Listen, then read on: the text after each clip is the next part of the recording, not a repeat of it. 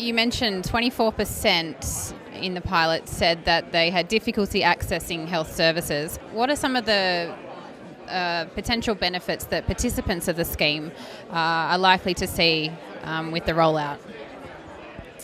In terms of accessing health services, a lot of that is around accessing primary health, so improving general nutrition, going to the dentist, having pap smears, etc. So I think just from a health perspective, whilst the NDIS is not responsible for those things, we can try and promote health and wellbeing in that way.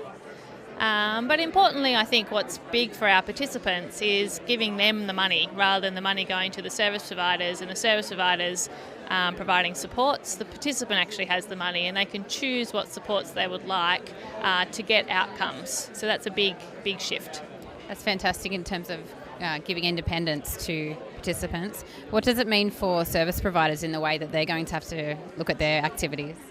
So it's a big change for service providers as well. They are used to being block funded, quite often getting an amount of money in advance for a quarter to provide services, whereas now the participant gets the money, the provider provides that service and then has to invoice.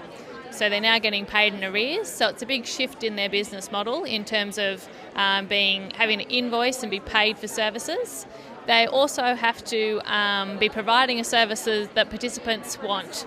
So they have to look a lot more around what the consumer demand is than they previously have had to. So I think that's going to be a big shift in the thinking. Great. A couple more questions, Sarah. How have the specific skills of actuaries been fundamental in the design and the implementation so far of the NDIS?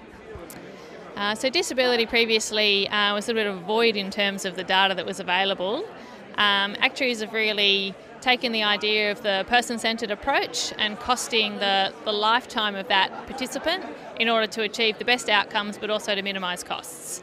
So in terms of those actuarial approaches to long-term costing, for example in accident compensation, we've taken those ideas and been able to, I guess, put the financial sustainability argument around disability services. And for yourself personally, how has this been a rewarding role so far?